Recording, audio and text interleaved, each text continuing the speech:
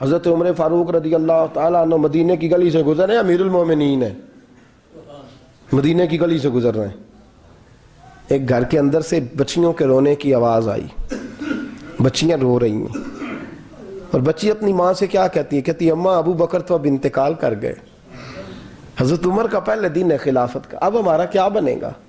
ابو بکر تو وصال کر گئے۔ حضرت عمر فاروق رضی اللہ تعالیٰ عنہ نے رونے کی آواز سنی، دروازے پہ دستک دی، کہا بیٹو کیا بات ہے؟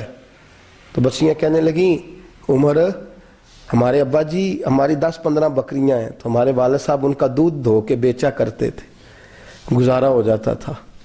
جس دن ابا جی فوت ہوئے تو اس دن سے لے کر ابو بکر صدیق روز عصر کے بعد آیا کرتے تھے، ہماری بکریوں کا دودھ دھو کے دیتے تھے، کچھ ہم پیتی تھی، کچھ بیچ لیتی تھی، گزارا چلتا تھا۔ جس دن ابو بکر صدیق خلیفہ بنے تو ہم نے جا کے کہا ابو بکر اب کون دودھ دھوئے گا؟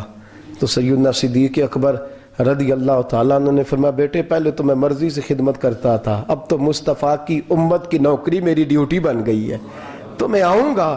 بچیاں رو رہی ہیں، حضرت عمر کو بتاتی ہیں، کہتی ہیں ابو بکر چلے گئے ہیں تو ہم پریشان ہیں، یتیم ہیں، لاوارث ہیں، بھائی کوئی نہیں، کون آئے گا، کون دیکھ بھال کرے گا؟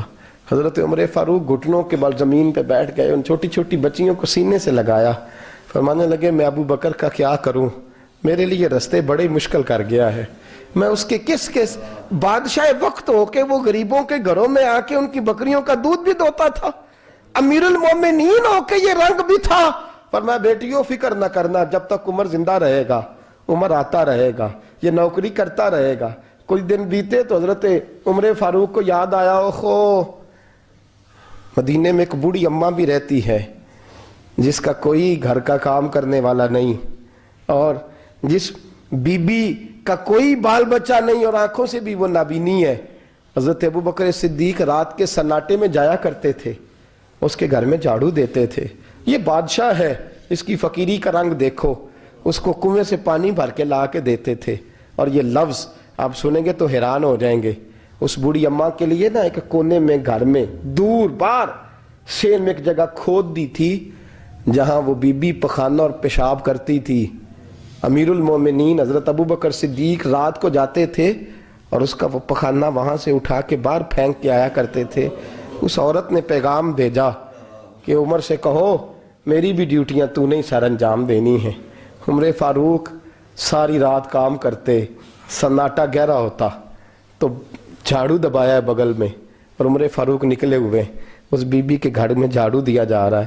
حضرت انس بن مالک فرماتے ہیں میں نے آخری عمر میں بھی اس بوڑھے عمر کو دیکھا ہے، اس بڑھاپے میں بھی میں نے اس شخص کو دیکھا ہے کہ جب وجود کمزور ہو گیا، داڑھی سفید ہو گئی، لیکن پھر بھی اس کا انداز نہیں بدلا، اس نے ساری زندگی بادشاہی میں فقیری کر کے گزار دی، یہ پھر بھی کسی کے گھر میں جھاڑو دیتا ہے، کسی کی بکریوں کا دودھ دھوتا ہے، یہ کسی غریب میرے دوست یہ۔ اور جب سیدنا فاروق اعظم رضی اللہ تعالیٰ عنہ خطبہ دینے بیٹھتے ہیں تو کپڑے پھٹے ہیں، پیبند لگے ہیں، مزاج سادہ ہے، بڑا مال آیا ہے، بڑا مال، لیکن تقسیم کر دیا، اور یہی انداز آگے اپنے گورنروں کو دیا۔ حضرت سعید بن عامر رضی اللہ تعالیٰ عنہ آپ کے گورنر ہیں، حمص کے گورنر ہیں۔ جب لسٹ آئی نا غریبوں کی، حضرت عمر نے کہا کہ حمص کے جتنے غریب لوگ ہیں ان کی لسٹ بنا کے بھیجو، ان کو چندہ لگانا ہے۔ تو 17ویں 18ویں نمبر پر حضرت سعید بن عامر کا نام بھی آ گیا، گورنر صاحب کا۔ تو حضرت عمر نے سوچا شاید کوئی اور سعید بن عامر ہے، فرمانے لگے یہ کون ہے؟ جس کی ڈیوٹی لگائی تھی اس سے کہنے لگے یہ سعید کون ہے؟ تو کہا حضرت جی ہمارے صوبے کا گورنر۔ تو فرمایا اس کی لسٹ فقیروں میں؟ فرمانے لگے پتہ نہیں آپ نے کیا رنگ بھر کے بھیجا ہے، مہینہ مہینہ یہ شخص درختوں کے پتے کھا کے گزارا کر دیتا۔ یہ میں فرشتوں کی کہانیاں نہیں سنا رہا آپ کو، میں آپ کو جنات کی یا عالم بالا کی باتیں نہیں، اس دھرتی پہ بسنے والے، اس دھرتی پہ وقت گزارنے والے میرے رسول پاک کے تیار کردہ ہیرو کی باتیں عرض کر رہا ہوں۔ حضرت عمر گئے ایک دفعہ، کہا مجھے بتاؤ تمہارا گورنر کیسا ہے؟ تو حمص کے لوگ کہنے لگے ہمیں اپنے گورنر سے 4 شکایتیں۔ کون کون سی؟ کہا پہلی بات تو یہ ہے کہ گورنر صاحب کو چاہیے فجر کے وقت آئیں، یہ سورج نکل آتا ہے تو باہر آتے ہیں گھر سے، سورج نکل آتا ہے تو آپ کہہ کے تو دیکھیں کسی معمولی سرکاری ملازم سے بھی۔ پھر آپ دیکھیے آپ کا کیا بنتا ہے. کہا یہ سورج نکلتے وقت آتے ہیں. دوسری شکایت یہ ہے کہ دن کو ملتے ہیں رات کو نہیں ملتے. تیسری شکایت یہ ہے کہ مہینے میں ایک دن ملتے ہی نہیں گورنر صاحب. چوتھی شکایت ہے کہ روتے ہیں کبھی کبھی, اتنا روتے ہیں کہ بے ہوش ہو جاتے ہیں. حضرت فاروق اعظم نے کھڑا کر لیا, فرمایا سعید تیری شکایات آئی ہیں. کہ حضور حکم. فرمایا سنا ہے, پہلے تو فجر کے وقت آ جاتا تھا لوگوں کے مسائل سننے, اب تو سورج نکلتے وقت آتا ہے. کہا حضور بیوی بیمار ہو گئی ہے اور گھر میں نوکر تو ہے کوئی نہیں, تو میں سویرے اٹھتا ہوں تو پہلے ناشتہ بناتا ہوں, بچوں کو کھلاتا ہوں. اس عورت نے 35 سال میرے ساتھ وفا کی ہے, اب چارپائی پہ ہے تو میں اس کے منہ میں لقمے ڈالتا ہوں. کہا اسے کھانا کھلا کے جب وہ دعا دیتی ہے تو پھر نکلتا ہوں. تو کہا سنا ہے تو ہفتے میں ایک دن ملتا ہی نہیں مہینے میں. کہنے لگے حضرت جی جب مدینے سے آیا تھا تو ایک کرتا اور ایک تامد ساتھ لایا تھا, مجھے آج 2.5 سال ہو گئے ہیں, میں نیا لباس نہیں خرید پایا. میں نے عرض کی میں اس دھرتی پہ بسنے والے لوگوں کی داستان سنا رہا ہوں. کہا میں اپنی تامد دھو کر خشک ہونے کو ڈال دیتا ہوں, اسے آدھا دن لگ جاتا ہے, خشک ہوتی ہے تو تامد پہن کے قمیض دھو لیتا ہوں اور پھر قمیض ڈال دیتا ہوں. حضرت جی سارا دن بیت جاتا ہے تو باہر نہیں آ پاتا. حضرت عمر فاروق کی گردن جھک گئی. کہا سنا ہے تو رات کو ملتا ہی نہیں. یہ لفظ کہے تو حضرت سعید بن عامر کہنے لگے یہ میرا راز تھا, آپ میرے امیر نہ ہوتے تو کبھی فاش نہ کرتا. دن میں نے بندوں کے لیے رکھا ہے, رات اپنے رب کے لیے رکھی ہوئی ہے. میں رات کی تنہائیوں میں اپنے کریم کی بارگاہ میں جاتا ہوں اور میں سارے دن کے گناہوں کی معافی مانگتا ہوں. میں اپنی غلطیوں کی تلافی کا سوال کرتا ہوں, اس کے حضور جاتا ہوں, اسے دکھڑے سناتا ہوں. رات میری اس کے لیے بیت جاتی ہے. حضرت عمر کی اور گردن جھک گئی. فرمایا یہ بتا کہ تو ملتا ہی نہیں, کبھی کبھی تو روتا ہے اور بے ہوش ہو جاتا ہے. کہ حضرت جی 40 سال کی عمر میں کلمہ پڑھا ہے, جب 40 سال کے پچھلے گناہ یاد آتے ہیں تو کہا پھر میں ضبط نہیں کر پاتا.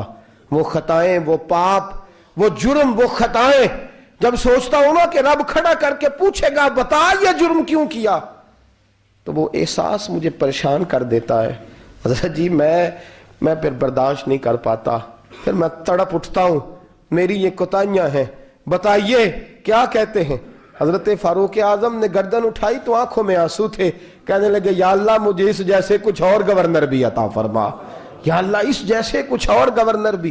عزیزو اپنا حال کیا ہے. ملک شام جب فتح ہوا تو حضرت سعد بن ابی وقاص رضی اللہ تعالیٰ عنہ کہتے ہیں کہ کچھ لوگ مجھے کہنے لگے کہ ہم آپ سے معاملات طے نہیں کریں گے, ہم جزیہ دیں گے, ٹیکس دیں گے, اسلامی حکومت کے زیر اثر آئیں گے, لیکن آپ سے معاملات طے نہیں کریں گے, اپنے امیر کو بلائیے. تو حضرت سیدنا سعد بن ابی وقاص کہتے ہیں میں نے خط لکھا. فرماتے خط لکھا حضرت عمر کو. میں نے کہا جناب آئیے. جواب میں حضرت عمر نے خط میں جواب لکھا کہ فلان دن فلان تاریخ فلان وقت میں ملک کے شام پہنچ جاؤں گا. حضرت سیدنا عمر چلے گھر سے, ایک غلام, ایک گھوڑا, ایک نیزہ. حضرت فاروق اعظم نے کچھ کھجوریں, خشک کھجوریں, کچھ سرکہ باندھ کے رکھ لیا رستے میں کھانے کو. یہ بادشاہی میں فقیری ہو رہی ہے. لاکھوں مربع میل کا حکمران ہے, کروڑوں اور اربوں روپے پاس پڑے ہوئے, وہ ساری چیزیں رکھ لیں اور سیدنا عمر فاروق رضی اللہ تعالیٰ عنہ چلنے لگے. اب غلام سے کہنے لگے بھئی میرا گھوڑا ذرا ماڑا ہے, کمزور ہے, طے کر لیں اتنے میل تو گھوڑے پہ بیٹھے گا, میں پیدل چلوں گا, پھر اتنے میل میں گھوڑے پہ بیٹھوں گا, تو پیدل چلے گا. ملک شام پہنچنے کا وقت آ گیا. جب وقت آیا تو پیدل چلنے کی سواری حضرت عمر کی تھی, ان کی باری تھی پیدل چلنے کی, اور سواری پر سوار ہونے کی باری غلام کی تھی. توجہ, یہ لوگ رشتے کرتے ہیں نا تو کرائے کی کار لے کے چلے جاتے ہیں, بعد میں وہ پوچھتے ہیں کہ تسی تے کار تے آئے سو. ہم اپنے آپ کو بنانے کے لیے جھوٹی انعام بھی خریدنی پڑے تو خریدنے سے ہم پرہیز. ہم جو بتاتے وہ ہم ہوتے نہیں, اور جو ہوتے ہیں وہ ہم بتاتے. حضرت سیدنا عمر فاروق رضی اللہ تعالیٰ عنہ سواری پہ غلام ہے, خود پیدل ہے, اور حال کیا ہے, بارش ہوئی تھی تو کچھ پانی کھڑا تھا, چھوٹے چھوٹے جوہڑوں میں چھوٹے چھوٹے تالاب بنے ہوئے تھے, پانی کھڑا تھا. تو حضرت عمر فاروق رضی اللہ تعالیٰ چمڑے کے جوتے پہنے, وہ جوتے دونوں اتار کے تو بغل میں دبا لیے.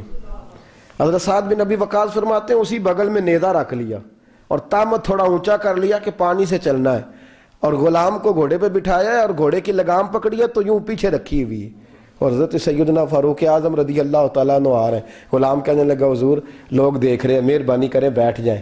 فرمانے لگے نہیں، باری تیری ہے، تو ہی بیٹھے گا۔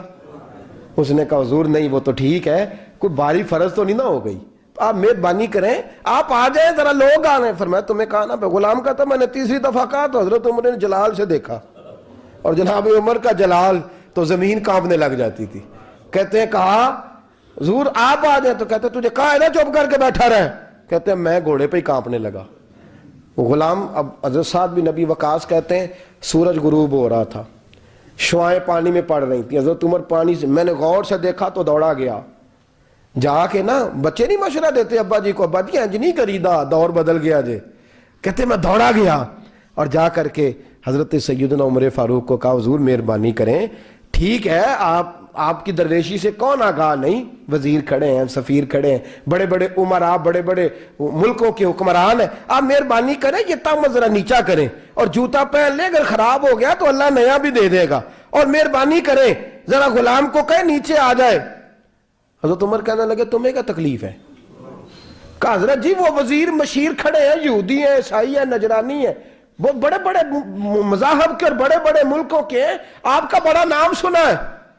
حضرت سیدنا سعد بن ابی وقاص فرماتے ہیں میرے ساتھ اتنا ترش رویہ حضرت عمر کا پہلے کبھی نہیں ہوا، کہتے ہیں ماتھے پہ شکن آیا اور کہنے لگے تجھے تیری مار ہوئے، ان 4 لوگوں کے لیے میں اپنے نبی کا طریقہ چھوڑ دوں، ان 4 دنیا داروں کے لیے نبی پاک کا طریقہ چھوڑ دوں؟ فرمانے لگے سر سے پگڑی اتاری حضرت عمر نے جلال میں، فرمانے لگے میرے سر پہ جو بال ہے نا یہ مجھے کسی دنیا دار نے نہیں دیے، یہ ساری عزتیں مجھے آمنہ کے لال نے عطا فرمائی ہے، اور میں ان محبوب کا طریقہ ان 4 لوگوں کی خاطر چھوڑ دوں؟ فرمایا قرآن کہتا ہے ان اللہ یامر بالعدل والاحسان، جب میں نے خود عدل کا تقاضا یہ رکھا ہے کہ کبھی وہ بیٹھے گا کبھی میں بیٹھوں گا، باری اس کی ہے تو میں کیسے بیٹھ جاؤں؟ حضرت سعد بن ابی وقاص فرماتے ہیں اسی درویشی میں سلام اس پر کہ جس نے بادشاہی میں فقیری کی، کہتے ہیں اسی درویشی میں حضرت عمر پہنچے تو جو پہلے ڈرا کرتے تھے جب حضرت عمر آئے تو انہیں کامتے بھی دیکھا، روب اور بڑھ گیا، ان کے دلوں کے اندر حضرت عمر کا دبدبا اور بڑھ گیا، اور میرے کانوں میں کہنے لگے سعد پہلے سنا تھا لیکن دنیا سچی کہتی ہے جو حال محمد اور محمد کے غلاموں کا ہے صلی اللہ علیہ، وہ دنیا میں دوسرا کوئی حاصل کر سکتا؟ آج ہمارے پروٹوکول، ہمارے دبدبے، ہماری انا پرستیاں، ہمارے دعوے، ہمارے طریقے، میرے عزیزوں لوگ ہمیں آ کے مثال دیتے ہیں، کہتے ہیں یورپ کی فلاں گلی میں یہ ہوتا ہے، میں نے کہا وہ گرد راہ کو نہیں پہنچ سکتے، یہ ساری چیزوں تو میرے مصطفیٰ کے غلاموں سے حاصل کیا، لوگ ہم نے چھوڑ دی، غیروں نے اپنا لی۔ خدارا اپنی زندگی میں تبدیلی لائیں، درویشی، سادگی، بے تکلفی، یہ زندگی حسین ہوتی ہے، یہ زندگی سکون والی ہوتی ہے، یہ زندگی اچھی ہوتی ہے، یہ فرحت اور تازگی والی ہوتی ہے۔ اپنے آپ کو ان تکلیفوں اور آلائشوں میں مبتلا نہ کریں، اگر اللہ مال دے، عزت دے، دولت دے، اللہ تعالیٰ نفاست عطا کرے تو پھر اپنے آپ کو سادہ کریں، آزاد کریں، کھلی ہوئی کتاب بنا کے اپنے آپ کو رکھیں۔ مجھے ایک بچہ کہنے لگا حضرت جی جب بھی آتے ہیں آپ کہیں بیٹھے مل جاتے ہیں، ہم کسی کو لا کے کہتے ہیں جناب حضرت جی بڑے مصروف ہیں اور آپ یہاں آگ تاپ رہے ہیں جلا کے، مہربانی فرمائیں۔ میں نے کہا یار 2-4 دن تو بن سور کے بیٹھنا بندے کے لیے آسان ہوتا ہے، سارا دن ملمہ سازی کر کے رکھنا اتنا آسان کام، تو ویسے بھی بندہ جو ہو وہ نظر آئے تو اس کے لیے زیادہ بہتر ہوتا ہے، جو ہو وہ دکھائی دے وہ زندگی آسان ہو جاتی ہے، بہتر ہو جاتی ہے۔ اور ویسے بھی جو کھلی ہوئی کتاب ہوتی ہے اس میں لوگ مشکوک نہیں ہوتے، جو بندی ہوئی ہوتی ہے نا اس میں لوگوں کو خبر نہیں ہوتی کہ نہ جانے یہ کیا معاملہ ہے۔ میرے عزیزو اپنے آپ کو بے تکلف بنائیں۔ بے تکلف سے مراد یہ نہیں کہ جیسے بے تکلفی ہم نے ایک غلط چیز کا نام بے تکلفی رکھ دیا ہے کہ جو آدمی بات پہ ٹھٹھا کرے، بات میں مذاق کرے وہ بے تکلف ہوتا ہے، یہ تو بے تکلفی اسلام اس کو پسند ہی نہیں۔ بے تکلفی سے مراد یہ ہے کہ جھوٹی انا نہیں بنائیں، جھوٹے معاملات اپنے گرد نہیں اوڑیں۔ اپنی اگر اللہ آپ کو بہت زیادہ مال و دولت دیتا ہے تو جتنا وہ مولا رومی کہتے ہیں جتنا ٹہنی پہ پھل زیادہ لگتا ہے نا اتنی وہ ٹہنی جھک جاتی ہے، جو اکڑی ہوتی ہے سمجھو وہ خالی ہوتی ہے۔ اگر آپ پھلدار ہیں تو پھر آپ کو جھکے، پھر آپ کو با اخلاق ہونا چاہیے، با مروت ہونا چاہیے، پیار والا ہونا چاہیے۔ زندگی میں اس چیز کو ضرور اپنائیے، بڑے لوگ وہی ہوتے ہیں جن کا کردار بڑا ہوتا ہے، بڑے وہی ہوتے ہیں جن کی بات بڑی ہوتی ہے، کوئی باتوں سے اور پروٹوکول سے کبھی بڑا نہیں ہوتا، ہمیشہ مدحت خیر الانام میں گزرے، دعا ہے یہ عمر درود و سلام میں گزرے، آخر دعوا یان الحمدللہ۔